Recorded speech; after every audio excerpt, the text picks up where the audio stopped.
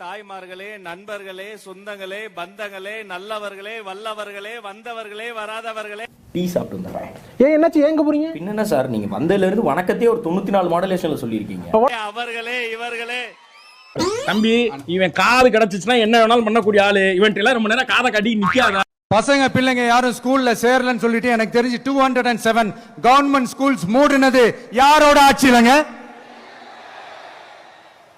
இதுல கல்வியில் சிறந்த தமிழ்நாடுன்னு டிராமா வேற. பள்ளிக்கல்வித்துறை என்பது தமிழ்நாட்டை பொறுத்த வரைக்கும் கல்வியில் சிறந்த தமிழ்நாடு என்பதற்கு ஒரு மிகப்பெரிய லெகசி இருக்கு. பள்ளிக்கல்வித்துறை என்பது தமிழ்நாட்டை பொறுத்த வரைக்கும் கல்வியில் சிறந்த தமிழ்நாடு என்பதற்கு ஒரு மிகப்பெரிய லெகசி இருக்கு. பெண்கள், இளைஞர்கள், உழைக்கிற மக்கள் எல்லாருமே நல்லா இருப்போம், நல்லா இருப்போம், நல்லா இருப்போம். ஃபர்ஸ்ட் யூத் பத்திரமா கிளாம்பாக்கம் பஸ் ஸ்டாண்ட்ல 2 யூத் குடிச்சிட்டு அடிச்சுக்கிட்டு நாடுறாங்க. ஒரு யங் ஜேர்னலிஸ்ட் டிவிக்கு மெம்பர்ஸ் சேர்ந்து சாத்துன்னு சாத்துறாங்க. எப்படி இளைஞர்களே நல்லா இருப்போம், நல்லா இருக்கோமா? அடுத்து நம்ம பெண்கள், நம்ம புதுக்கோட்டை டிஸ்ட்ரிக்ட் கரம்பக்குடியில ஒரு காது கேட்காத வாய் பேச முடியாத பெண்ணை கேங் ரேப் பண்ணிருக்காங்க. அதே மாதிரி நேத்து ஒரு பொண்ணை கல்ல வச்சு அவன் பாய் ஃப்ரெண்ட் அடின்னு அடிக்கிறான். என்ன மாதிரி நல்லா இருக்கும். அப்புறம் நம்ம பொதுமக்கள், நேத்து கிருஷ்ணகிரி கலெக்டர் ஆபீஸ்ல ஒருத்தர் தீ குளிச்சு இறக்குறாரு. அதோட ஹைலைட் நம்ம மினிஸ்டர் சிவகுமார் 100 கோடி ஸ்கேம் பண்ணார்ல, அவர் நம்ம செங்கோட்டையனை பார்த்து சால்வ் பத்துறாரு. என்ன மாதிரி சேஞ்ச், என்ன மாதிரி நல்லா இருக்கிறோம். நாங்களே தன்னால எங்க தலையில நாங்களே மண்ணள்ளி போட்டுக்கணும். என் பிள்ளைங்க எல்லாம் வந்து விஜய் ரசிகர்ன்றதுனால என் பிள்ளைங்க பேச்செல்லாம் கேட்டு நாங்க ஏமாந்தோம். ஒட்டுமொத்த சேலம் மக்களும் வெறுக்கக்கூடிய நபர் தான் இவர் தான். இவர் பேரு வின்ஸ்டார் சிவகுமார். ஒரு 7-8 வருஷத்துக்கு முன்னாடி நம்ம எந்த ஒரு சேலம் லோக்கல் சேனல் எடுத்தாலும் இவர் பேசிட்டு இருப்பாரு. இந்த சதுரங்க வேட்டை படம் வரும்ல, இவர் தான் இந்த சதுரங்க வேட்டை படத்துல வர ரியல் லைஃப் நட்ராஜ். இவர் மேல இருக்க குற்றப்பத்திரிகை மட்டும் 1000 பக்கம் இல்ல, 15 லட்சம் பக்கம். ஒரு லாரியை வச்சு குற்றப்பத்திரிகை எடுத்துட்டு வந்தாங்க. இவரால நடு தெருவுக்கு வந்தது மட்டும் பல்லாயிரம் குடும்பம், தூக்கு மாட்டி தற்கொலை பண்ணிக்கிட்டவங்க எத்தனையோ பேரு, கடனாளியானவங்க எத்தனையோ பேரு. இவரு தேடப்படும் குற்றவாளி. கடந்த 5 ஆண்டு காலமா தலைமறைவா இருந்தவரு இன்னைக்கு தாவேக ஆட்சி அமைஞ்ச உடனே அது ஒரு காவல்துறை அதிகாரியோட முன்னிலையில அமைச்சர் செங்கோட்டையனிடம் சால்வை வாங்கி மரியாதையா கட்சியில் இணைஞ்சிருக்கிறாரு. எப்படியாற்பட்ட மாற்றம் பாருங்க. தலைமறைவா இருந்த குற்றவாளி வெளிப்படையா மரியாதையோட ஒரு கட்சியில இணைகிறாரு பாருங்க. இதுதான் அந்த மாற்றம். தமிழக மக்கள் விரும்பிய மாற்றம் இதுதானே.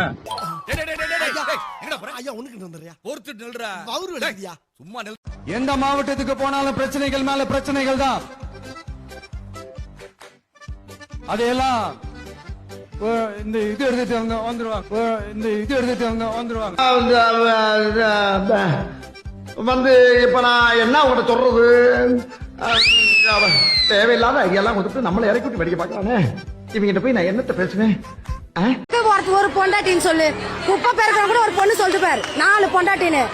அவர் இஷ்டம் இருக்குது வச்சுப்பாரு. அது ஃபர்ஸ்ட் உருப்படும் நீங்க நினைக்கிறீங்க.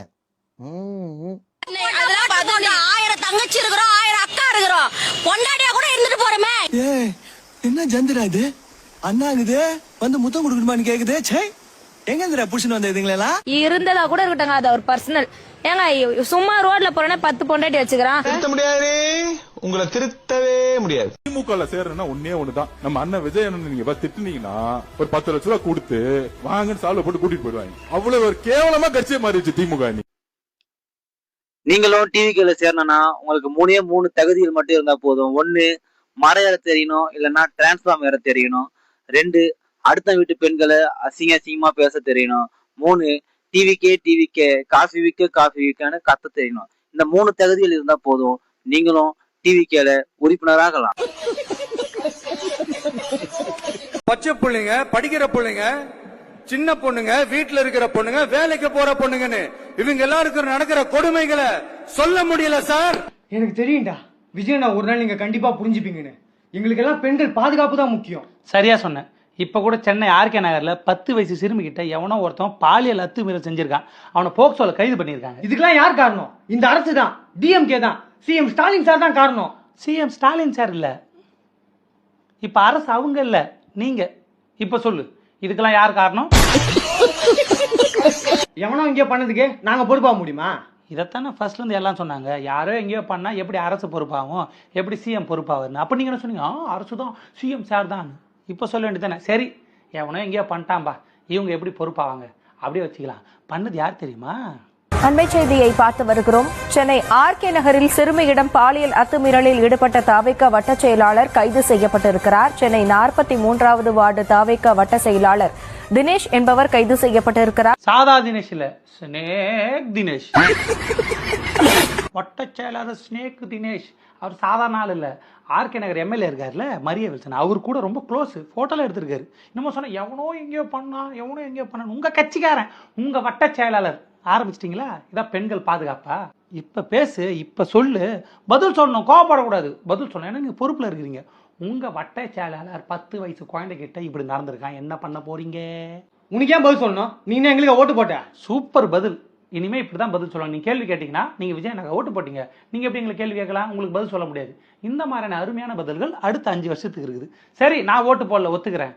ஆனால் என் தங்கச்சி போட்டுச்சு, பதில் சொல்லு, பதில் சொல்டா.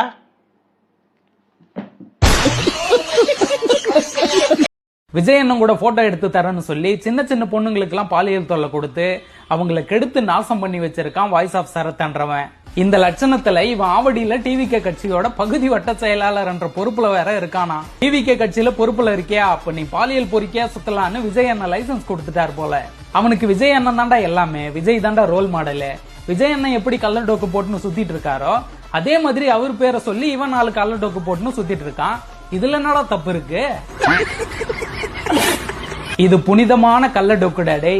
அதாவது ஊழல் பண்ணலாங்க, மக்களை சாவடிச்சு ஊழல் பண்ணக்கூடாதுங்க எங்களுடைய கோரிக்கை. அரசியல் பிடிக்கிறது, அதாவது ஊழல் பண்ணலாங்க, மக்களை சாவடிச்சு ஊழல் பண்ணக்கூடாதுங்க எங்களுடைய கோரிக்கை. நீங்க என்ன நீங்க நினைக்கலாம், ஏதோ ஏதோ கோமாளி மாதிரி ஏதோ நோ பண்ணிட்டு இருக்கானம்மா அப்படின்னு, ஜோக்கர் மாதிரி அப்படின்னு.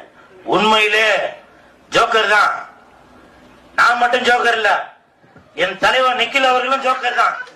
இப்போ நம்ம ஸ்டாலின் சார் அறிவாலயம் பக்கத்துல யாரு நடந்து போனாலும், அறிவாலயம் பக்கத்துல யாரு நிழலுக்கு ஒதுங்கினாலும் கூட்டணியில சேர்த்துக்கிறாரு, கூட்டணியில சேர்த்துக்கிறாரு, கூட்டணியில சேர்த்துக்கிறாரு.